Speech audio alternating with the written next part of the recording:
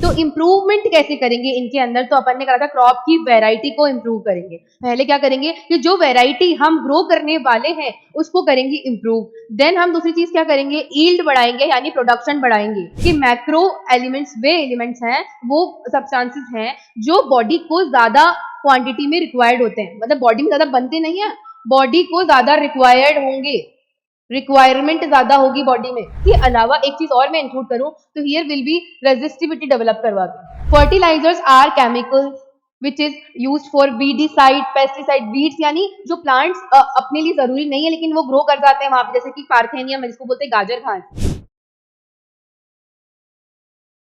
Hello, good morning dear students. Today is our third day of your NCERT chapter class 9th, that is 12th chapter, which is improvement in food resources. Improvement in food resources, we have already discussed about that. ठीक है, इसके बारे में हम काफी कुछ पढ़ चुके हैं, काफी कुछ चीजें जो हैं वो पढ़ चुके हैं और काफी कुछ चीजें जो है बच रही है जो हमें कंप्लीट करनी है। उन सबसे पहले क्या दो काम आप लोगों ने कर लिए क्या? फर्स्ट चीज, क्या आप लोग लेकर के आए हो एक पेज में लिखी हुई पूरी समरी? क्या लेकर के आए हो एक पेज में लिखी हुई पूरी समरी? क्योंकि मुझे नहीं लग रहा कि आप में से किसी ने ये काम किया है, और किया है तो बहुत अच्छी बात है, काम आएगा। ठीक है, जब हम लोग ये बोलते हैं ना कि आपसे नहीं हो पाएगा और आपने नहीं किया होगा और आपने किया होता है या आप कर लेते हो, तो सबसे ज्यादा खुशी हमको होती है। क्योंकि रिवर्स साइकोलॉजी नाम सुना होगा कहीं ना कहीं। रिवर्स साइकोलॉजी क्या होती है? जो बच्चों को मोटिवेट करे इन चीजों के लिए कि तुमसे ना हो पाएगा और बच्चे करके दिखाते हैं। सबसे ज्यादा खुशी किसको होती है? टीचर को होती है। चीज क्लियर इतनी? अब सबसे बेसिक बात आप लोग मेरी समझो, अपन ने इम्प्रूवमेंट ऑफ फूड रिसोर्सेज के बारे में पढ़ लिया था, और एक काम और कर दो बेटा फटाफट से, अगर नहीं किया हो तो जाकर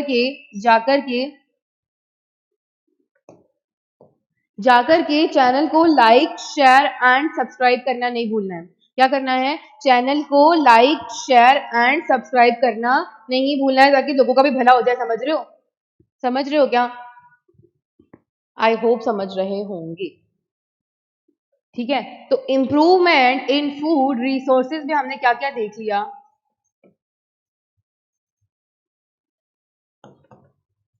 मोस्ट प्रोबेबली आपका चैप्टर हम आज खत्म कर देंगे। I am saying most probably. ठीक है, इसमें हमने प्लांट्स की और एनिमल्स की बात की थी। प्लांट्स में हमने क्या बोला कि क्रॉप ब्रीडिंग होती है, ठीक है, और एनिमल्स में क्या होती है? एनिमल्स में होती है एनिमल हस्बेंड्री। क्या होती है? और इसमें क्या है? क्रॉप को ग्रो करवाया, यानी क्रॉप का प्रोडक्शन करवाया। क्या करवाया? क्रॉप का प्रोडक्शन करवाया, प्रोडक्शन ऑफ क्रॉप। दूसरी चीज क्या करवाई क्रॉप की? उसका प्रोटेक्शन किया।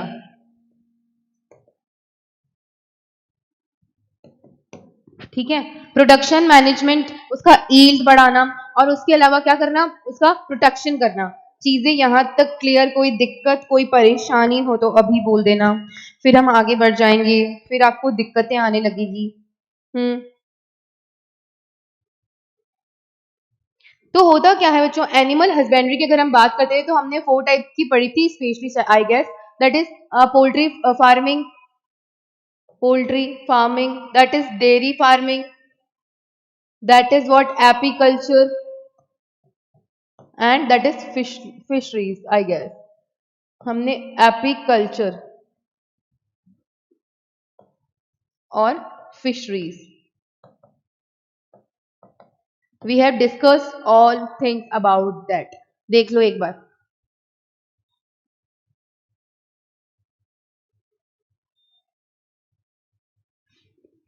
आगे हमने डिस्कस कर लिया था कि ये देखो, सबसे पहली चीज ये हम डिस्कस कर चुके कि डेयरी फार्मिंग क्या होती है, कैसे फूड रिसोर्सेज के अंदर प्रॉब्लम आती है, किसमें क्या होता है। ठीक है, पोल्ट्री फार्मिंग, डेयरी फार्मिंग हमारा हो गया था।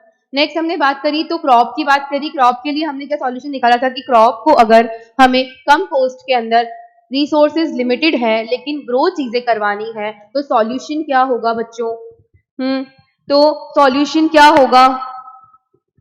सॉल्यूशन होगा कि हम मिक्स्ड क्रॉपिंग करवाएं, यानी मल्टीपल जो वर्क है, मल्टीटास्किंग बने। मतलब हमें कम चीजों में काम करना है तो हमें क्या बनना पड़ेगा, नॉर्मल जनरल चीज है यार। अगर बहुत सारी चीजों में इंटेलिजेंट बनना है मीन्स मल्टीटास्किंग करनी पड़ेगी, चीजों को ज्यादा से ज्यादा करना पड़ेगा जो चीजें आपके लिए इंपॉर्टेंट है, मल्टीटास्किंग करनी पड़ेगी ताकि एक जगह पे कम जगह पे बहुत सारी चीजें ग्रो कर जाएं। ठीक है, मिक्स शॉपिंग करनी पड़ेगी, ये हमने कल डिस्कस कर लिया था। और दो चीजें और पढ़ी थी, किसी भी चीज की टॉक्सिसिटी होना बिल्कुल सही नहीं है, किसी भी चीज की एक्सेस होना बिल्कुल सही नहीं है। इसलिए क्या होता है, टॉक्सिसिटी एक्सेस होने से स्ट्रेस बढ़ता है। क्या होता है, स्ट्रेस बढ़ता है चीजों में। और माल न्यूट्रिशन नहीं होना चाहिए, मतलब उन चीजों की कमी, प्रॉपर उन चीजों की कमी नहीं आनी चाहिए बॉडी में। चीज क्लियर और नॉट। नेक्स्ट मैं बात करूं तो इम्प्रूवमेंट कैसे करेंगे इनके अंदर, तो अपन ने कहा था क्रॉप की वैरायटी को इम्प्रूव करेंगे। पहले क्या करेंगे कि जो वैरायटी हम ग्रो करने वाले हैं उसको करेंगे इम्प्रूव। देन हम दूसरी चीज क्या करेंगे, ईल्ड बढ़ाएंगे यानी प्रोडक्शन बढ़ाएंगे। तीसरी चीज हम क्या करेंगे, क्रॉप का प्रोटेक्शन करेंगे, प्रोटेक्शन मैनेजमेंट करेंगे। और लास्ट क्या बचेगा हमारे पास, एनिमल हस्बेंड्री में की चार चीजें हैं ही। ठीक है, नेक्स्ट मैं बात करूं कि क्या होता है, कुछ प्लांट जो है ग्राफ्टेड प्लांट्स होते हैं, मतलब ग्राफ्टेड मतलब छोटी जगह पे बहुत ज्यादा हमको ईल्ड दे देते हैं, ये भी एग्जांपल है। ये अपन ने बात की थी कि वैरायटी को कैसे लेते हैं और वैरायटी को कैसे आपस में क्रॉस करवाते हैं और क्यों करवाते हैं, वैरायटीज कितने टाइप की होती है, ये सारी चीजें वी हैव डिस्कस्ड। ठीक है, इसके अलावा हमने क्या पढ़ा था नेक्स्ट में हमने पढ़ा था कि इन्वायरमेंटल फैक्टर्स कौन कौन से होते हैं जो क्रॉप को परेशान करते हैं कि वो प्रॉपरली ग्रो ना कर पाए, उतना उनका प्रोडक्शन नहीं हो। तो ये चीजों में अगर हम कुछ चेंजेस ला सके, इसको फेवरेबल बना सके, क्या बना सके, इन कंडीशन को फेवरेबल कंडीशन बना सके, किसके लिए, प्लांट्स के लिए, जो प्लांट्स को चाहिए उस कंडीशन में कन्वर्ट कर दें, तो प्लांट राजी राजी होकर सब दे देंगे क्या। भाई मेरे को एक बात बताओ कि आपको आपके पेरेंट्स बोले कि अगर तुम्हारे अच्छे मार्क्स आएंगी तो आपको ये भी मिल जाएगा वो भी मिल जाएगा, तो मार्क्स लाने के लिए एफर्ट करोगे या नहीं करोगे। मतलब पहले अगर इनपुट अच्छा मिलता है तो आउटपुट ऑब्वियसली अच्छा आएगा, बिल्कुल वैसे ही जैसा हम लोग आपको पढ़ा रहे हैं, क्योंकि ऊपर आपके आका है और नीचे आपके काका है और काका आपको पढ़ा रहे हैं। अगर आप पढ़ रहे हो, आप उतनी चीजें समझ रहे हो तो फिर आगे दिक्कत नहीं आने वाली। ठीक है, आ रही समझ, आ रही है समझ, ये बिल्कुल वैसा ही है कि आपको इनपुट हम अच्छा प्रोवाइड कर रहे हैं, आपको क्या कर रहे हैं, हम इनपुट अच्छा प्रोवाइड कर रहे हैं, गुड वाला। तो वी होप कि आपसे आउटपुट भी हमको बेस्ट मिलेगा। आउटपुट कैसा मिलेगा, बेस्ट मिलेगा। आ रही है चीज समझ, क्लियर इतनी। नेक्स्ट मैं बात करूं, नेक्स्ट हमने क्या स्टडी की थी कि क्रॉप की वैरायटी को इंप्रूव कैसे कर सकते हैं, हायर ईल्ड करके, क्वालिटी का कंसिडरेशन करके, क्रॉप टू क्रॉप वेरी करवा के, बायोटिक और अबायोटिक रेजिस्टेंस लाके, चेंज इन मैच्योरिटी ड्यूरेशन लाके। इसके अलावा एक चीज और मैं इंक्लूड करूं तो here will be resistivity develop करवा के। Resistivity for what, for disease, for some something like चीजों की, किसी चीज की कमी हो गई, there is no enough material available, तो उसके लिए उसको रेजिस्टिविटी होनी चाहिए कि उसके बिना भी, अगर आपको नहीं मिल रही है कोई चीज तो उसके बिना भी वर्क कर सके हम। ऐसा नहीं कि वो चीज नहीं है तो हमारा वर्क स्टॉप हो जाए। तो अगर एक वर्क डिस्टॉप हुआ, आपको अच्छे से पता है कि इन्वायरमेंट में एक साइकिल चल रहा है between us and between plants, अगर इन केस यहाँ एक भी गड़बड़ आती है तो सारा सारा सिस्टम हिल जाएगा बच्चों। ठीक है, तो रजिस्टिविटी होनी चाहिए चीजों को लेकर के कि वो उसको कंट्रोल कर सके कि अगर कोई चीज हमें अवेलेबल नहीं हो रही है तो उस केस में हम उस चीज का सप्लीमेंट लेके या फिर उस चीज के प्रति अपनी बॉडी के अंदर रजिस्टिविटी बना करके और उसको उसको जो फंक्शन है उस फंक्शन को प्रॉपरली कन्वर्ट कर सके, जिस फंक्शन में उसको जाना है या जो फंक्शन उतना ही रहेगा उतना ही फंक्शन को। मेरा मतलब ये है कि कई बार क्या होता है, रॉ मटेरियल से अपन दूसरा मटेरियल बनाते हैं, वो प्रोसेस हो गया। Plus production of raw material, अगर रॉ मटेरियल नहीं है सिर्फ वो एक ही चीज है उसका प्रोडक्शन होना, मतलब आगे कन्वर्जन या वो जो प्रोडक्शन है, वो दोनों चीजें किस पर डिपेंड करती है कि उस पर्टिकुलर चीज के लिए बॉडी के अंदर रजिस्टिविटी है या नहीं है। ठीक है, अगर इसी में हम आगे बात करें तो न्यूट्रिएंट मैनेजमेंट की, अगर अपन बात करें कि न्यूट्रिएंट का मैनेजमेंट कैसे होता है, कि क्या होता है, तीन चीजें प्लांट्स को अवेलेबल है। कौन कौन सी चीजें, तीन चीजें कौन कौन सी प्लांट्स को अवेलेबल है, प्लांट्स को तीन चीजें अवेलेबल है अगर मैं बात करूं, एयर, ठीक है, वाटर एंड सॉइल। कल हम कुछ चीजों के बारे में ऑलरेडी पढ़ चुके हैं कि माइक्रो न्यूट्रिएंट्स सॉइल में होते हैं ना, माइक्रो और macro nutrients, micro and macro nutrients, ये याद हो गए क्या ट्रिक से। और एक चीज और ध्यान रखना बच्चों, अगर आपसे डेफिनेशन पूछ ले कि what is macro and what is micro elements और व्हाट, तो आपको ध्यान होना चाहिए कि मैक्रो एलिमेंट्स वे एलिमेंट्स हैं, वो सब्सटेंसेस हैं जो बॉडी को ज्यादा क्वांटिटी में रिक्वायर्ड होते हैं, मतलब बॉडी में ज्यादा बनते नहीं है, बॉडी को ज्यादा रिक्वायर्ड होंगे। रिक्वायरमेंट ज्यादा होगी बॉडी में, ठीक है। और इसमें क्या होगी, माइक्रो वाले में रिक्वायरमेंट कम होगी, इसलिए उसको मैक्रो बोला, इसीलिए उधर क्या बोला, माइक्रो बोला, ठीक है। आ गई चीज समझ। नेक्स्ट मैं बात करूं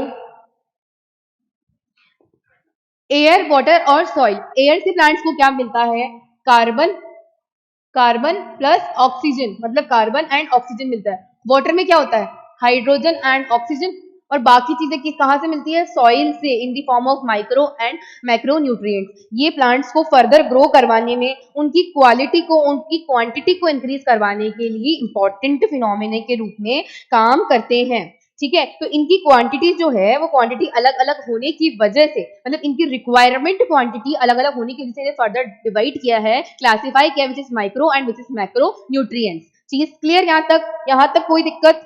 ये आपके एनसीईआरटी के अंदर आपको एक टेबल मिल जाएगी, उसमें ऐसा कुछ लिखा आ जाएगा कि प्लांट्स को 3 चीजें रिक्वायर्ड होती है, कौन कौन सी ये 3 चीजें और कौन सी चीजें कहाँ मिलती है। माइक्रो और मैक्रो न्यूट्रिएंट्स आप लोगों को स्टडी करना है बाय विच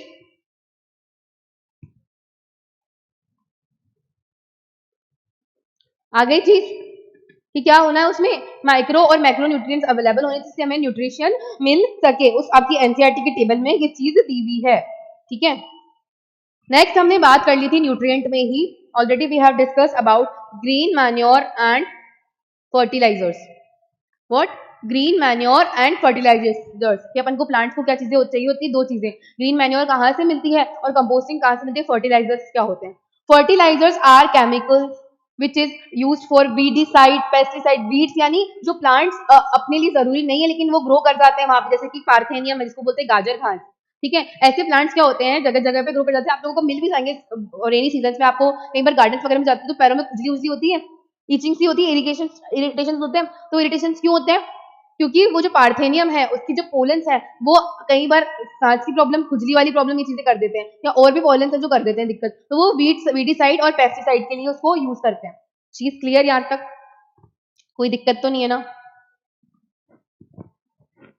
ग्रीन मैन्योर क्या है, ग्रीन मैन्योर सीड्स और प्लांट्स के एक्सक्रीटा हैं, जो फॉडर वगैरह जो होते हैं, मतलब फॉडर मतलब चारा जो हो गया, वो सब चीजें मिलकर के क्या कर रहे हैं, अपन ऑर्गेनिक फार्मिंग कर रहे हैं। और ऑर्गेनिक फार्मिंग आप लोगों को पता है कि कितनी सही रहती है, क्योंकि अपनी बॉडी के अंदर टॉक्सिसिटी नहीं फैलाती वो। लेकिन प्रॉब्लम क्या है इसके साथ, प्रॉब्लम है कि अपने रिसोर्सेज जो है कम अवेलेबल है, प्लस ऑर्गेनिक फार्मिंग में जो ईल्ड आता है वो इतना ज्यादा नहीं आ पाता जितना केमिकल से ईल्ड आता है। तो फिर दिक्कत क्या आ रही है, बार बार पॉपुलेशन इंक्रीज हो रही है, ईल्ड हमको बहुत ज्यादा क्वांटिटी में चाहिए, लेकिन हमारे साथ प्रॉब्लम क्या आ रही है, हमारे साथ दिक्कत एक सबसे बड़ी आ रही है कि पॉपुलेशन बढ़ती जा रही है, बढ़ती है, इसको कंट्रोल नहीं हो पा रहा। तो उन चीजों से क्या प्रॉब्लम आ रही है बच्चों, उससे रिसोर्सेज के अंदर भी शॉर्टेज आ रही है, कितना भी रिसोर्सेज अवेलेबल करवा दो दिक्कतें आ ही रही है, ठीक है। तो ये प्रॉब्लम है। अगर अपन फर्टिलाइजर्स यूज करते हैं तो ऑब्वियसली वो फर्टिलाइजर्स हमारी बॉडी में आ रहे हैं। अब एक चीज अपन ने कहा था कि एक टाइप की क्रॉप ग्रो होने से जो सॉइल है वो आगे जाके प्रॉब्लम्स क्रिएट करती है। क्यों करती है, अपन ने पढ़ा था ना कि क्या होता है कि पर्टिकुलर एक अगर कोई क्रॉप ग्रो कर रही है, मान लो उसकी रूट्स के अंदर कोई एक पर्टिकुलर एलिमेंट बहुत ज्यादा है, कंटिन्यूअस ग्रो करने से वो सॉइल में रह रहा है, क्योंकि कितना भी कर लो कोई भी चीज अगर कहीं से जुड़ी है तो उसके जो अवशेष होते हैं, ठीक है, उसके कैरेक्टर्स है वो कहीं नहीं जाते। बिल्कुल एग्जैक्टली वैसे जैसे आप लोग हमसे जुड़े हुए हो, तो जो चीजें हम समझा रहे हैं आप लोग कहीं जाने वाले तो हो नहीं, है ना, कनेक्टेड ही रहोगे, उल्टा चैनल को लाइक शेयर और सब्सक्राइब करके क्या करोगे, सब्सक्राइबर्स बढ़ाओगे, लोगों की हेल्प करोगे, है ना। ये हमारी एक्सपेक्टेशंस है, जनरल एक्सपेक्टेशंस, इतना तो कर ही सकते हैं आपसे हम एक्सपेक्ट, ठीक है। तो चीज क्या हुई, अपन बात कर रहे थे कि सॉइल के अंदर अगर कोई पर्टिकुलर एलिमेंट जो है वो ग्रो करता रहेगा तो उससे क्या होगा कि उस एलिमेंट, पर्टिकुलर एलिमेंट की टॉक्सिसिटी हो जाएगी, ठीक है। तो फिर आगे अगर किसी प्लांट को मान लो अपन ग्रो करवा रहे हैं और उसको कोई एलिमेंट माइक्रो एलिमेंट्स के रूप में चाहिए, जबकि उसकी क्वांटिटी मैक्रो जितनी बढ़ रही है, तो वो बॉडी में क्या करेगी, स्ट्रेस करेगी और टॉक्सिसिटी करवा देगी, तो उससे वो प्लांट या वो क्रॉप ग्रो नहीं कर पाएगी। इसलिए हम क्या करते हैं, इसलिए हम पर्टिकुलर उस प्लांट ब्रीड को अपन मिक्स ड्रॉपिंग करते हैं या फिर एक्सचेंज ड्रॉपिंग करते हैं, टाइम टाइम से अपन क्रॉप्स को चेंज करते रहते हैं, ठीक है। तो हम ये चीजें हम करवाते हैं, उसका मेन चीज समझ में आ गया। और उसके अलावा क्या होता है कि अगर मान लीजिए कि वो एलिमेंट है, कल को बारिश हुई, ठीक है, बारिश बहुत तेज हुई, उस बारिश से वहां की पर्टिकुलर सॉइल जो है वो बह रही है ना, वो सॉइल बह करके निकल रही है, तो उस सॉइल के अंदर पर्टिकुलर एलिमेंट की ज्यादा हो गया और वो जो एलिमेंट है वो वाटर में भी मिल गया। तो इस तरीके से 2 तरीके के पॉल्यूशन हो रहे हैं, कौन सी, soil pollution, simultaneously water pollution, ठीक है। चीज क्लियर हुई कि कितना बड़ा प्रॉब्लम हो गया इतनी सी चीज से, इसीलिए ऐसा किया जाता है, ठीक है, कहीं कंफ्यूजन, कोई दिक्कत, आई होप डोंट, ऐसा कुछ होगा नहीं वैसे भी, ठीक है। तो अगर अपन मैन्योर की बात करें तो अपन पढ़ चुके कि बहुत ज्यादा बल्क में चीजें बनाते हैं, कंपोस्टिंग करवाते हैं। और मैं तो आप लोगों को सलाह दूंगी कि अब देखो, मुझे पता है कि जो हम चीजें बना मतलब खा रहे हैं अभी, वो भी पर्टिकुलर प्योर नहीं है, क्योंकि कुछ परसेंटेज तो होगी। तो अपनी ही गार्डनिंग में थोड़ा थोड़ा कंपोस्टिंग करना सीखना चाहिए बच्चों। गार्डनिंग जो है उसकी हैबिट्स लेके आओ अपने अंदर, ठीक है। तो उसके लिए क्या करनी चाहिए, कंपोस्टिंग करनी चाहिए। कंपोस्टिंग कैसे करोगे, मैंने पहले बताया आपको कि पहले एक बार फिर बता देती हूँ कि पहले एक डीप जो है गड्ढा करोगे आप लोग, डीप होल करोगे कहीं अपने पर्टिकुलर एरिया के अंदर पेरेंट्स की हेल्प से, अगर आपके पेरेंट्स फ्री होते हैं या क्या उनसे सीखने के लिए। तो क्या करोगे, पर्टिकुलर गार्डन एरिया में एक गड्ढा करोगे डीप, थोड़ा सा डीप, क्योंकि ऊपर क्या है, सॉइल की जो कुछ लेयर्स होती है, जो ऊपर वाली लेयर्स है ये हमारे काम की नहीं, नीचे वाली लेयर हमारे काम की है, ठीक है। ऊपर तो कंकड़ पत्थर वगैरह रहेंगे तो वो पर्टिकुलर उसके लिए काम नहीं करेगी। तो क्या करते हैं कि जो एक्सक्रीटा अपनी किचन से निकलता है, लाइक फ्रूट्स वेजिटेबल्स, इनकी जो चीजें हो गई वो चीजें डालो, ठीक है। चाय पत्ती वगैरह हो गई, वो भी काम कर लेती है, तो ये चीजें डाली। उसके ऊपर सॉइल डाली, कुछ सूखी पत्तियां डाली, कुछ न्यूज़पेपर्स को कट करके डाल दिया, उसमें चूरा चूरा करके डाल दिया, या फिर न्यूज़पेपर्स को जला करके डाल दिया, या फिर कहीं आपको गोबर वगैरह मिल जाए, काऊ डंग मिल जाए, बफेलो डंग, उस डंग को डाल दिया, फिर लेयर बनाई। ऐसे करके लेयर बनाओगे बनाओगे तो फर्मेंट होगी वो लेयर, ठीक है, समझ आ रही है। और अगर इन केस पॉसिबल हो तो आप लोग अर्थ फॉर्म्स की हेल्प ले सकते हो, फिर अर्थ फॉर्म डाल सकते हो। अर्थ फॉर्म काम क्या करता है, पत्तियों को वो डाइजेस्ट कर देगा, छोटे छोटे पार्टों में डिवाइड कर देगा, और छोटे पार्ट में क्या होता है, इजीली कोई भी प्रोसेस होने में काम आ जाती है, ठीक है। सरफेस एरिया बढ़ जाएगा तो प्रोसेस इजीली हो जाएगी एब्जॉर्प्शन वगैरह की। तो वहां पे क्या होगा कि प्लांट्स के लिए एक कंपोस्टिंग रेडी हो जाएगी, और वो कंपोस्टिंग क्या होगी, नेचुरल और प्योर होगी। तो उससे अगर आप कोई वेजिटेबल्स वगैरह खा रहे हो तो वो वेजिटेबल्स वगैरह क्या होगी, बिल्कुल नेचुरली काम करेगी। चीज क्लियर यहाँ तक, कोई दिक्कत? एक बार देख लो ये वाला कि ग्रीन मैन्योर क्या होता है, कंपोस्टिंग कैसे होती है।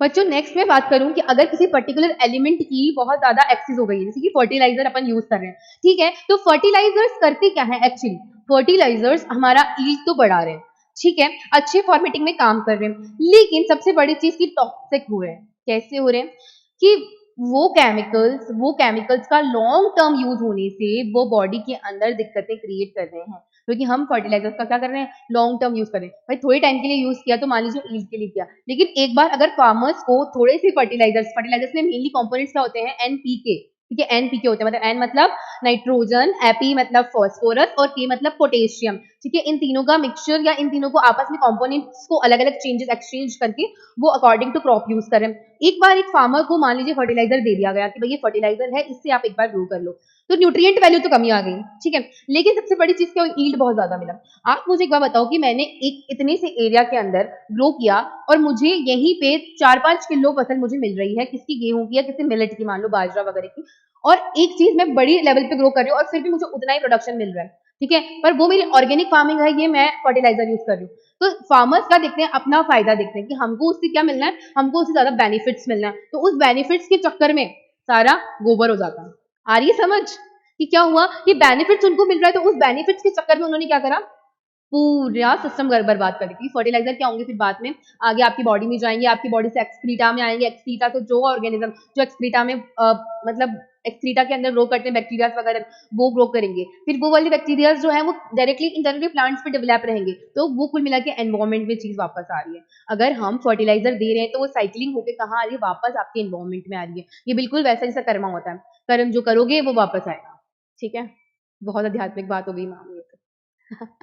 ठीक है, तो एक जनरल समझाने के लिए आपको बताया गया। नेक्स्ट अपन बात करें न्यूट्रिएंट मैनेजमेंट के अलावा तो इरिगेशन। अब इरिगेशन क्या होते हैं, इरिगेशन मीन वाटर देना, ठीक है। इरिगेशन का मतलब क्या हुआ, वाटर देना, मतलब प्लांट्स को क्या है, वाटर की रिक्वायरमेंट्स है बारी बारी से। लाइक अगर मुझे मतलब प्लांट्स को क्या करना है कि 2 लीटर मुझे चाहिए, मतलब उस पर्टिकुलर क्रॉप को, मुझे नहीं, उस पर्टिकुलर क्रॉप को 2 लीटर वाटर चाहिए पर डे। लेकिन क्या 2 लीटर वाटर, आप खुद बताओ कि एक बार में 2 लीटर वाटर आप पी पाओगे क्या, एग्जैक्टली नहीं पी पाओगे। आ रही है चीज समझ, तो अगर आप नहीं पी पा रहे तो क्या प्लांट्स ऐसा कर पाएंगे, क्या प्लांट्स भी ऐसा नहीं कर पाएंगे, उनको क्या चाहिए, बारी बारी चाहिए। तो irrigation mean to provide the water by different kind of methods to the plants, ठीक है, and at the particular timings. तो ये क्या हो गया, इरिगेशन हो गया। अब इरिगेशन के कुछ टाइप्स हैं, बहुत इजी है, समझ लीजिए, ज्यादा लिखने की जरूरत नहीं है उसमें। एक है वेल्स, वेल्स मतलब कुएं। वेल्स से आप लोग सब आइडेंटिफाइड हो कि वेल्स क्या होते हैं, कि पर्टिकुलर खड्डा होकर कुछ पर्टिकुलर डीप इंच पे पानी आता है, तो उसके लिए कुएं बनाए जाते हैं, और उनसे कनेक्टेड होकर कुछ पंप बना देंगे, हैंड पंप शायद, जिनसे पानी निकाला जा सके। चीज क्लियर? क्या होते हैं और वो जो हैंडपंप है, और वो जो हैंडपंप है वो हम यूज करेंगे किसके लिए? उसका पानी यूज करेंगे हम ग्रो करवाने के लिए। बोरिंग का नाम सुना ही होगा आप लोगों ने, बोरिंग क्या होती है। इसके अलावा आप लोगों को ये भी पता होगा कि जैसे कि वेल्स होते हैं, वैसे क्या होते हैं, वाटर कैनाल सिस्टम होते हैं, है ना। जैसे कैनाल सिस्टम होता है, कहने का मतलब जो कैनाल हो गई, टनल्स हो गई, वहां से पानी निकालते हैं, नहरों से मतलब, है ना। और दूसरी चीज क्या होती है, अपन रिवर बैंक बना रहे हैं, रिवर्स के बैंक से अपन पानी को लेकर के और वो पानी सिंचाई यानी इरिगेशन के लिए यूज कर रहे हैं, ठीक है, ड्रॉप ड्रॉप मेथड से यूज कर रहे हैं। या हम बात करें सबसे इंपॉर्टेंट रेन वाटर हार्वेस्टिंग, आप लोगों को भी करनी चाहिए बच्चा लोग। रेन वाटर हार्वेस्टिंग करोगे आप तो वो वाली जो रेन वाटर है वो प्लांट्स के लिए अच्छा, आपको खुद आप देखना कि अगर 3-4 दिन कंटिन्यूअस रेनिंग हो जाती है तो बाय द रेनिंग, मतलब बहुत ज्यादा वाली नहीं, नॉर्मल रेनिंग हो जाती है, तो प्लांट्स जो है जो इतनी इतने अगर हाइट में है तो वो इतने इतने बढ़ जाते हैं, बहुत जल्दी ग्रो करते हैं बच्चों, क्योंकि जो रेन वाटर है it have a bunch of nutrients, जो न्यूट्रिएंट्स प्लांट को चाहिए उसका बहुत अच्छा खासा अमाउंट उसके अंदर होता है। तो अगर आप रेन वाटर जो वेस्ट आ रहा है, जो प्लांट तक नहीं पहुंच रहा, उसको अगर हार्वेस्ट कर रहे हो और बाद में वो प्लांट्स को अवेलेबल करवा दो बाय द टाइम व्हेन जैसे सन बहुत ज्यादा हो गया, जब उसको प्रॉब्लम नहीं, अनफेवरेबल कंडीशन है, तब दे रहे हो, तो वो क्या करेगा, आपको ईल्ड देगा, है ना। तो उसके लिए क्या जरूरी है, रेन वाटर का हार्वेस्टिंग करना जरूरी है। ठीक है, चीजें यहाँ तक क्लियर, इरिगेशन का टॉपिक समझ आ गया। नेक्स्ट अपन बात करें क्रॉपिंग पैटर्न्स, जो हम बात कर चुके हैं ऑलरेडी, क्रॉपिंग पैटर्न्स में क्या क्या होते हैं, मिक्स क्रॉपिंग, इंटर क्रॉपिंग वगैरह चीजें। ठीक है, इंटर क्रॉपिंग में क्या है, अपन फसल को बदल के या फिर एक ही जगह पे दो तरीके की फसल, मतलब दो तरीके की क्रॉप जो है वो ग्रो करवा रहे हैं। मिक्स क्रॉपिंग में बहुत सारी करवा रहे हैं। इसका फायदा क्या होता है, अगर हम एक टाइप की प्लांट क्रॉप ग्रो करवा रहे हैं, ठीक है, तो क्या हुआ कि कई बार क्या होता है कि उसको पर्टिकुलर जगह देखी ग्रो करवानी पड़ती है। ठीक है, तो क्या होगा कि पर्टिकुलर जगह को हमने दिया तो कुछ जो जगह रह गई, खाली छूट गई, उस जगह पे क्या होगा, उस जगह पे दूसरी वीट टाइप के प्लांट आ जाएंगे और वो ग्रो कर जाएंगे। ठीक है, चीज यहाँ तक क्लियर? कोई दिक्कत, कोई प्रॉब्लम? आई होप नहीं होगी। ठीक है, तो अगर वहां पे वो प्लांट्स ग्रो कर रहे हैं, वो क्रॉप ग्रो कर रही है और उससे ये दिक्कतें आ रही है, तो दिक्कतों का समाधान, सॉल्यूशन कैसे करेंगे, कि वहां पे अपन ने कोई दूसरी प्लांट ग्रो करवा दी है और कंटिन्यूअस मिक्स क्रॉपिंग करवा रहे हैं। उससे क्या हो रहा है कि वो न्यूट्रिएंट्स आपस में वो लोग मिल बांट करके ले रहे हैं, और ऐसे ले रहे हैं, सबसे पहली बात ये ध्यान रखना कि ऐसे एलिमेंट्स ले रहे हैं जिनमें से एक को वो पर्टिकुलर एलिमेंट नीडेड है और एक के लिए वो नीडेड नहीं है, ऐसा ध्यान रखना पड़ता है। मान लो कि मेरे को फॉस्फोरस देना, फॉस्फोरस इसको भी हाई अमाउंट में रिक्वायर्ड है, इसको भी हाई अमाउंट में रिक्वायर्ड है, तो ये आपस में क्या करेंगे, लड़ेंगे, स्ट्रगल करेंगे फॉर द एग्जिस्टेंस, तो फिर तो दिक्कत हो जाएगी, कंपटीशन होता है, तो कंपटीशन वाली चीज नहीं। ये आप लोगों को ध्यान रखना पड़ेगा कि ऐसे कौन से प्लांट्स आपस में ग्रो करें जो एक दूसरे को हेल्प करके और फिर ग्रो हो सके। ठीक है, तो उसके अकॉर्डिंग करवाएंगे। अगर हम कुछ एग्जाम्पल लें तो कुछ एग्जाम्पल ऐसे है कि वीट और ग्राम को, वीट प्लस ग्राम को ग्रो करवा सकते हैं साथ में, सनफ्लावर और वीट को साथ में ग्रो करवा सकते हैं, इसको ग्राउंड नट और सनफ्लावर मान लो, इसके अपन मस्टर्ड भी ग्रो कर सकते हैं, मस्टर्ड। ठीक है, ग्राउंड नट और सनफ्लावर को ग्रो करवा सकते हैं। ठीक है, तो आपको पता होना चाहिए कि किनको ग्रो करवा सकते हैं और किनको नहीं, हर किसी को अपन यूज नहीं कर सकते, सबसे इंपॉर्टेंट चीज। ठीक है, मिक्स क्रॉपिंग में क्या होती है, मिक्स क्रॉपिंग में पर्टिकुलर रॉ डिफाइन कर देते हैं, एक पर्टिकुलर क्या करते हैं, रॉ डिफाइन कर देते हैं कि ये रो इस प्लांट की है, ये रो इस प्लांट की है, ये रो इस प्लांट की है। ठीक है, ऐसे करके एक रो डिफाइन करके वहां प्लांट्स को ग्रो करवाएंगे। ये हो गई मिक्स क्रॉपिंग, बहुत सारी चीजों को अगर ग्रो करवाते हैं तो। इसके एग्जांपल्स अगर आप देखो तो एक और आपको मिल जाएगा, दैट इज गोखरू एंड पार्थेनियम ग्रास का, आई गेस, है ना। और उसके अलावा मिक्स क्रॉपिंग के अंदर अपन एग्जांपल्स अगर देखते हैं मिक्स क्रॉपिंग के, तो क्या होता है कि पार्थेनियम है, पार्थेनियम है, पार्थेनियम मैंने बता दिया था क्या होता है, गाजर घास, और क्या करता है, एलर्जी क्रिएट करता है। गोखरू है, ये आपस में ग्रो करवाएंगे अपन इनको। ठीक है, तो अपन क्या करेंगे, ये जब साथ में ग्रो करवाएंगे तो कई बार ऐसा जब गड़बड़ हो गई कि वो compete कर रहे हैं फॉर द रिसोर्सेज, तो हो जाएगी अपने को दिक्कत, फिर न्यूट्रिएंट्स की प्रॉब्लम, वही रिड्यूस न्यूट्रिएंट्स हो जाएंगे और फिर न्यूट्रिएंट्स का माल न्यूट्रिशन यानी न्यूट्रिएंट्स की कमी हो जाएगी। चीज यहाँ तक क्लियर बच्चों, यहाँ तक कोई दिक्कत? तो अगर अपन आगे बात करते हैं, आगे अपन बात करें कि अपन को क्या करना है, इंसेक्ट पेस्ट को अटैक करवाना, मान लीजिए कि अपनी पेस्टिंग कंट्रोल करवाना, अपने को क्या करवाना है, पेस्ट कंट्रोल करवाना अपन को, पेस्ट कंट्रोल। उसके लिए अपन ने क्या करा कि अपन ने नॉर्मल जो पेस्ट कंट्रोलिंग है उसको छिड़क दिया, किस पे, ये प्लांट है मान लो, इस प्लांट पे। ठीक है, अपन ने जितनी मात्रा में छिड़का, क्या पूरा प्लांट ले लेगा, क्या पूरा कंजप्शन होगा, नहीं ना। तो क्या होता है, कई बार ये चीजें सॉइल और वाटर में मिक्स हो जाती है। ठीक है, सॉइल और वाटर में मिक्स हो जाएगी और सॉइल और वाटर में क्या करेगी, गड़बड़ कर देगी चीजें ज्यादा आकर के। ठीक है, तो अपन इनको क्या करेंगे, इंसेक्ट जो है, इंसेक्ट प्लांट्स को अफेक्ट कैसे करते हैं, पहली चीज इंसेक्ट कैसे अफेक्ट करते हैं कि उसकी स्टेम हो गई, इसकी लीव्स हो गई, इनको खा के डाइजेस्ट कर देंगे, रूट्स मान लो, ठीक है, तो इनको खाकर क्या कर देंगे, डाइजेस्ट कर देंगे। या फिर एक चीज क्या करेंगे, उनका जो सेल सैप है उसको सक कर लेंगे, मतलब वहां से क्या होंगे, न्यूट्रिएंट्स ले लेंगे, न्यूट्रिएंट ले रहे हैं, उनका न्यूट्रिएंट ये खा रहे हैं। आ रही समझ? या फिर कैसे अटैक कर सकते हैं, स्टेम या फ्रूट, इनमें खड्डे कर देंगे, बोर कर देंगे। आ रहा है समझ? स्टेम में क्या करेंगे, खड्डे कर देंगे या बोर कर देंगे।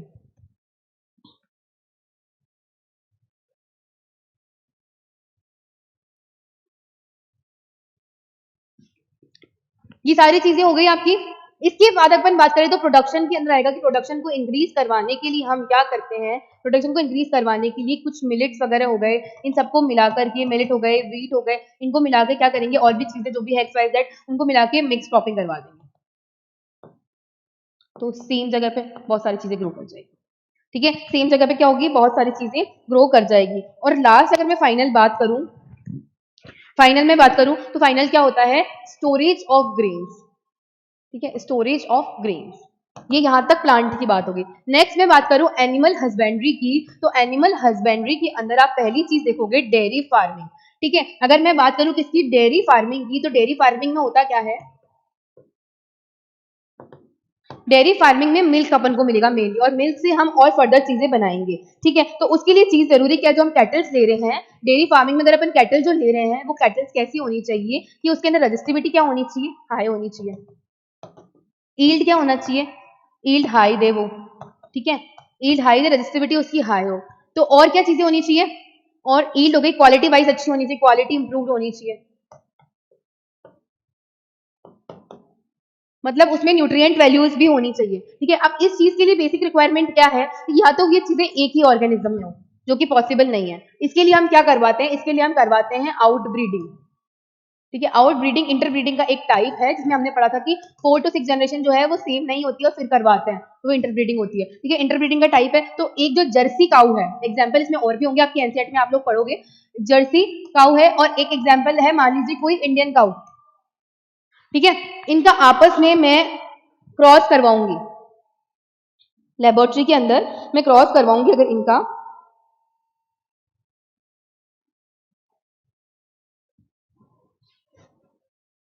मान लीजिए कि जर्सी है और ये साहिवाल का काऊ है। ठीक है, इनका आपस में क्रॉस करवाऊंगी, एक के अंदर क्या है, ईल्ड ज्यादा है, एक में रेजिस्टिविटी ज्यादा है, दोनों का क्रॉस करवाऊंगी, तो मुझे ईल्ड क्या मिलेगा, मुझे ईल्ड ऐसा मिलेगा जिसके अंदर दोनों चीजें मौजूद है, रेजिस्टिविटी भी है और ईल्ड भी ज्यादा हो रहा है। तो इसके अलावा अगर मैं बात करती हूँ एनिमल हस्बेंड्री की, तो नेक्स्ट अपन बात करें तो इसमें आता है डेयरी फार्मिंग, हमने पढ़ लिया है ना, dairy farming we have already discussed कि डेयरी फार्मिंग में हमने करना क्या है। अब चीज क्या इंपॉर्टेंट है कि डेयरी फार्मिंग जो है हमारे लिए इजी हो जाए, सबसे पहली चीज कि उनमें रेजिस्टिविटी हो। ठीक है, वो ईल्ड दे रहे हो, ईल्ड हाई दे रहे हो, प्लस तीसरी चीज उनकी न्यूट्रिएंट वैल्यू भी ज्यादा हो, क्या हो, उनकी न्यूट्रिएंट वैल्यू भी ज्यादा हो। नेक्स्ट मैं बात करूं तो नेक्स्ट चीज और क्या होनी चाहिए बच्चों उसके अंदर, कि वो जो पर्टिकुलर कैटल है या पर्टिकुलर ऑर्गेनिज्म ग्रो कर रहा है, उसके अंदर एक फिनोमिना होना चाहिए कि वो डिजीज के लिए भी रेजिस्टिविटी रखे, वेदर और डिजीज के लिए। ठीक है, रेजिस्टिविटी में आ गया, किसके लिए, वेदर प्लस डिजीज के लिए। और सबसे इंपॉर्टेंट चीज कि वो केयर टेकिंग जो है वो कम ले, उसकी केयर इजीली हो जाए। अगर उसकी केयर इजीली नहीं होगी तो क्या कोई उन्हें यूज कर पाएगा, क्योंकि अगर मान लो कि कोई चीज है उसको ग्रो करने के लिए मेरे को 750 रुपए लगाने पड़ रहे हैं, ठीक है, और मुझे मिल क्या रहे हैं उससे 250 रुपीज मुझे मिल रहे हैं, मतलब मैं लगा कितने रही हूँ, मैं लगा रही हूँ 750 अप्रॉक्स, और मुझे मिल कितने रहे हैं 250 अक्रॉस। तो क्या ये फायदे का सौदा हुआ मेरे लिए या नहीं हुआ, बिल्कुल भी फायदे का सौदा मेरे लिए नहीं हुआ। मुझे इससे क्या होगा, फाइनली मुझे इससे नुकसान झेलना पड़ेगा। क्या करना पड़ेगा, नुकसान झेलना पड़ेगा। तो क्या मैं ऐसा काम करूंगी, क्या कोई और ऐसा काम करेगा, बिल्कुल भी नहीं करेगा। चीज इतनी क्लियर कर लो, एकदम क्रिस्टल क्लियर कर लो। ठीक है, बोल रही हूं तो कर लो ना भाई। ठीक है, नेक्स्ट अगर मैं बात करती हूं तो नेक्स्ट चीज अपने पास क्या है, नेक्स्ट चीज अपने पास डेयरी फार्मिंग के अलावा है, दैट इज पोल्ट्री फार्मिंग। ठीक है, पोल्ट्री फार्मिंग में करना क्या है? पोल्ट्री फार्मिंग में वही सेम चीजें हैं, सब में रट लीजिएगा। रेजिस्टिविटी हाई होनी चाहिए जो ब्रीड हम यूज कर रहे हैं, प्लस दूसरी चीज क्या होनी चाहिए, ईल्ड ज्यादा होना चाहिए, प्लस न्यूट्रिशन जो मिल रहा है वो न्यूट्रिशनल वैल्यू भी क्या होनी चाहिए, ज्यादा होनी चाहिए। न्यूट्रिशनल वैल्यू भी ज्यादा होनी चाहिए। चीज क्लियर? उसके अलावा मैंने क्या बोला कि उसको केयर टेकिंग जो है वो कंपैरेटिवली कम लगनी चाहिए। ओके, केयर टेकिंग क्या लगनी चाहिए, कंपैरेटिवली कम लगनी चाहिए। और दूसरी चीज कि जो हम वैरायटी यूज कर रहे हैं, जो वैरायटी यूज कर रहे हैं वो क्या हो, समर सीजन्स या अदर सीजन्स के लिए अडेप्टेड हो, सीजन अडेप्टेड हो। कि अगर मान लो कि गर्मी आई, उस टाइम में ये तो चलेगा भैया, हम ग्रो ही नहीं कर पाएंगे, हम गर्मी बिल्कुल सहन नहीं कर सकते, या तो मर जाएंगे या उस टाइम पीरियड में वो ग्रो नहीं करवा पा रहे, तो हम उनकी उनकी रेजिस्टिविटी, उनकी पावर ऑफ यील्डिंग को इंक्रीज करेंगे ताकि हमको बेनिफिट्स मिल सके। ये है पोल्ट्री फार्मिंग का मेन मोटो। ठीक है, कि हमको करना क्या, रेजिस्टिविटी बढ़ा करके उसके अंदर क्या इंक्रीज करवानी है, अपने को यील्ड जो है वो इंक्रीज करवानी है। चीज यहाँ तक क्लियर? नेक्स्ट चीज क्या रिक्वायरमेंट होनी चाहिए, टॉलरेंस के साथ साथ उसको केयर टेकिंग जो है वो कम लगनी चाहिए। मींस क्या होना चाहिए, रिडक्शन ऑफ मतलब या फिर लो मेंटेनेंस रिक्वायर्ड, मतलब केयर टेकिंग के अंदर पैसा जो खर्च होता है खाने पीने का और उसको रखने का वो कम होना चाहिए। आप लोगों को पता है पर्ल कल्चर होता है, पर्ल का कल्चर, मोती जो बनता है वो इतना महंगा क्यों होता है, क्योंकि उसकी कल्चर में पैसा बहुत ज्यादा लगता है। चीज क्लियर?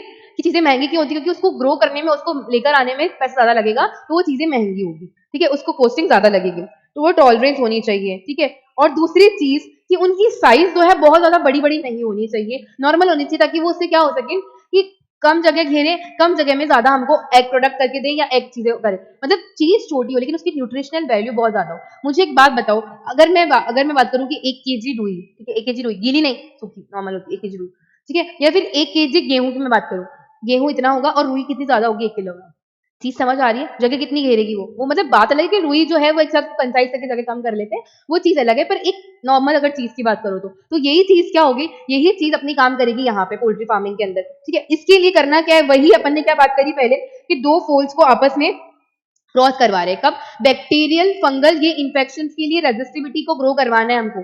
तो एक कॉक मान लीजिए, एक जो पर्टिकुलर मैं कॉक ले रही हूँ, वो कॉक रेजिस्टेड है for the resistivity of this things, bacteria और वायरस, और दूसरी जो हैन है वो हाई प्रोडक्शन करने के लिए केपेबल है। तो क्या मैं उनका क्रॉस करवा दूं आपस में, तो मुझे कौन सी ब्रीड मिलेगी जिसके अंदर रेजिस्टिविटी तो हाई है ही है और साथ में वो प्रोडक्शन भी अपने को हाई करके दे रही है, मतलब एग ज्यादा ग्रो कर रही है। इसमें आपकी एक एक्टिविटी भी मिल जाएगी कि आप पोल्ट्री फार्मिंग और डेयरी फार्मिंग को विजिट कीजिए, उनसे पता कीजिए कि वो कितना खर्चा लगा रहे हैं, उनकी लागत कितनी आ रही है और कितना उनको मिल्क प्रोडक्ट हो रहा है, और उस मिल्क में वो कहीं पे आप वेटनरी वगैरह की जो चीजें होती है ना, मतलब कि अगर आप काऊ वगैरह की टेस्टिंग करवाते हो या आप पर्टिकुलर एग्रीकल्चर ऑफिस में जाते हो, तो आपको क्रॉप देखिए बता देते हैं कि आपकी क्रॉप के अंदर कितनी न्यूट्रिशनल वैल्यू है, कितनी क्या है, तो उनको एजुकेट कर सकते हो आप इस चीज के लिए। ठीक है, या फिर वो वहां जाके मिल्क का भी पता कर सकते हो कि आपके मिल्क में कितनी न्यूट्रिएंट वैल्यूज मिल रही है और आपको बढ़ाने के लिए और क्या कर सकते हो। ठीक है, चीज क्लियर यहाँ तक?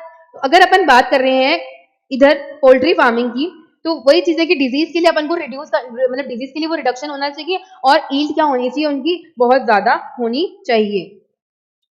और ये किस लिए काम आ रहे हैं, जो ब्रॉलर्स होते हैं, ब्रॉलर्स हैं और एग को प्रोडक्शन करने के लिए, जो चिकन खाया जाता है प्लस एग कंज्यूम किया जाता है, उन एग की कंजप्शन के लिए इस पोल्ट्री फार्मिंग का मेन मोटिव है। ठीक है, मेन पर्पस उसका क्या है, ये है। और इसके अलावा मैं बात करूं तो हम जो ब्रीड्स जो है पोल्ट्री फार्मिंग के लिए जो डिफरेंट काइंड ऑफ ब्रीड्स ले रहे हैं वो कौन कौन सी ले रहे हैं, that is Indian acyl, Indian acyl, ये आप एग्जाम्पल जो है एक बार बुक से कंफर्म करके, और फिर आपको एग्जाम्पल बुक आपको इसीलिए पढ़नी है। ठीक है, एग्जाम्पल जो है आपको बुक से देखना है, मैं तो सही बता रही हूँ मुझे पता है, ठीक है, लेकिन फिर भी एक बार चेक करना कि मैम ने कहीं गलती तो नहीं कर दी। ठीक है, इंडियन एसेल और फॉरेन लेगहॉर्न में मैं फॉरेन स्पेलिंग देख लेना भाई, फॉरेन लेगहॉर्न के अंदर मैं क्रॉस करवा रही हूँ, तो मान लीजिए इसमें यील्डिंग ज्यादा है, इसमें रजिस्टिविटी ज्यादा है, मैं जब इनसे क्रॉस करवा के नया कुछ बनवाऊंगी तो उनमें क्या होगा, दोनों चीजें मुझे मिलेगी, ऐसा मैं मान के चल रही हूँ। तो मैंने क्या कराया, इंप्रूवमेंट करा दिया चीजों को लेकर के। ठीक है, इतनी बातें क्लियर है, कोई दिक्कत?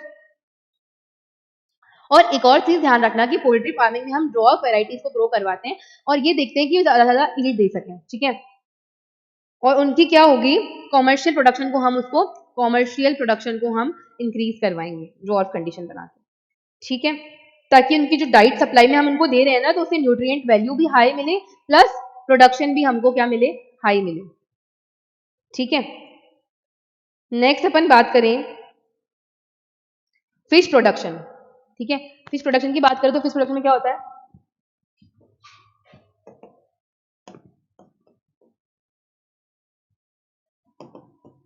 एक तो 7500 किलोमीटर तक ये डीप सी में अलाउड है ना, डीप सी में यहाँ तक फिशेस मिलती है और यहाँ से अपन ले सकते हैं। दो टाइप की फिशेस है, एक मराइन फिशेस है, एक ब्रैकिश वाटर जिसको हम कह सकते हैं या फ्रेश वाटर बोल सकते हैं।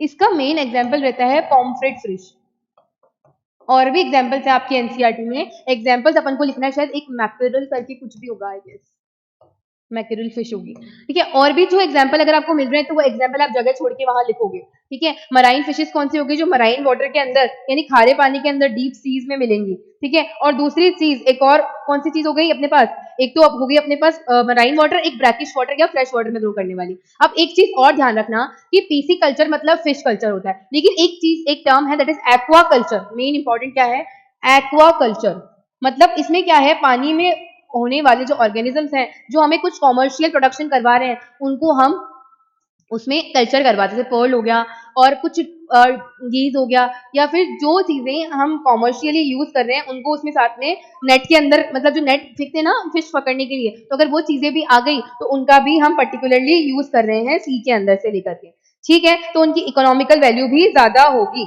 ठीक है। इसमें क्या पर्ल इंक्लूडेड है, प्रॉन्स इंक्लूडेड है फिश की, ठीक है। फिश इंक्लूडेड है फिश के अलावा, मतलब प्रॉन्स है, और शेल फिश है, उनके शेल भी काम आते हैं ना बच्चों, सिर्फ खाने के अलावा उनके शेल्स भी काम आते हैं। इसके अलावा म्यूसिल्स है, और उसके अलावा क्या है, ऑयस्टर है, ये भी खाने के लिए या किसी और चीजों के लिए कॉमर्शियली यूज किया जाएगा। यहां तक चीज क्लियर, इनका कल्टीवेशन करवाया जाएगा। अब एक चीज ध्यान रखना कि अगर अपन ने सी की बात करूं तो सी में एक अपर सरफेस एरिया है, मिड सरफेस एरिया है और लोअर सरफेस एरिया। ये आप लोगों का होमवर्क है कि आपको एनसीईआरटी में से ढूंढना है कि एग्जांपल कौन कौन से, वैसे बता देती हूँ यहाँ पे रोहू आएगा शायद सरफेस वाली में, ठीक है। आपको वैसे एनसीईआरटी में देख करके ये लिखना है कि कौन सी एरिया में कौन कौन सी जो फिशेस हैं वो ग्रो कर रही है।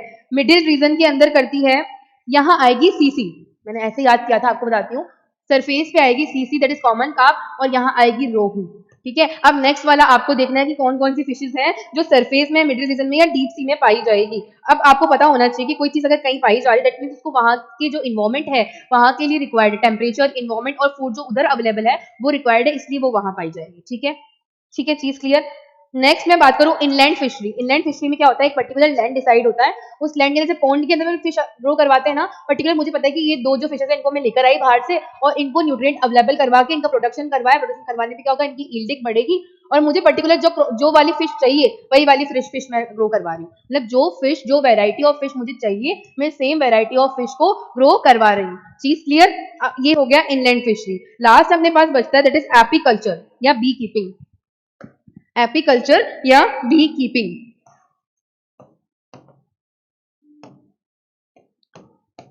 इसके बारे में मैं आपको ऑलरेडी बता चुकी कि एपीकल्चर में क्या सिस्टम होता है और क्या नहीं होता है, ठीक है। इसमें होता क्या है, एक चीज इंपॉर्टेंट ये समझो आप कि एपीकल्चर का मेन इंपॉर्टेंट काम क्या है, हनी का कॉमर्शियल प्रोडक्शन प्लस वैक्स मिलता है इससे, और ये वैक्स किसमें काम आता है, मेकअप वगैरह की इंडस्ट्रीज में, तो इसका कॉमर्शियल यूज हो गया अपने पास, मेकअप वगैरह में काम आ रहा है, लिपस्टिक वगैरह में मैंने कहा था कि यूज करते हैं हम इसको, वैक्सिंग वगैरह में यूज करते हैं, तो और वो वैक्स मोमबत्ती वगैरह के लिए भी काम आती है। तो ये जो चीज है ये सारी कॉमर्शियल डिपेंडेंट्स है, ठीक है, कॉमर्शियली ये हेल्प कर रही है, ठीक है। तो इसलिए बी कीपिंग जरूरी है। अब उसके लिए करना क्या है, बी कीपिंग के लिए मुझे मेरी एक बात समझो कि दो वेराइटीज है हमारे पास। फर्स्ट वेराइटी मैं बोल रही हूँ इंडियन वेराइटी है एपिस इंडिका की, ठीक है, एपिस इंडिका की, और दूसरी कौन सी है, इटालियन वेराइटी है, ठीक है।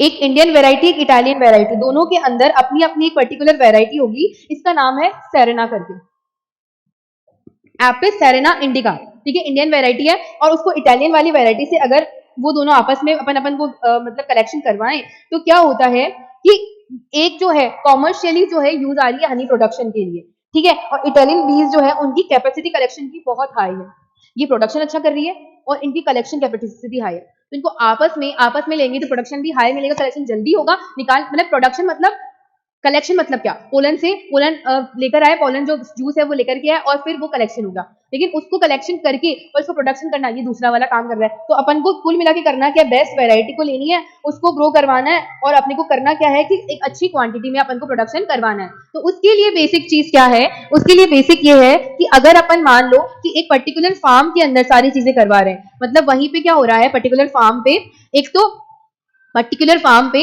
अपन फिशरी भी करवा रहे हैं, बी कीपिंग भी करवा रहे हैं और प्लांटिंग भी कर रहे हैं, तो उनका जो मटेरियल है आपस में एक दूसरे को काम आ जाएगा। चीजें क्लियर यहाँ तक? अब इतना अपन ने इसको स्टडी कर लिया, एक बार आप क्विक रिवीजन ले लो, क्विक रिवीजन ले लो ताकि इजी हो जाए।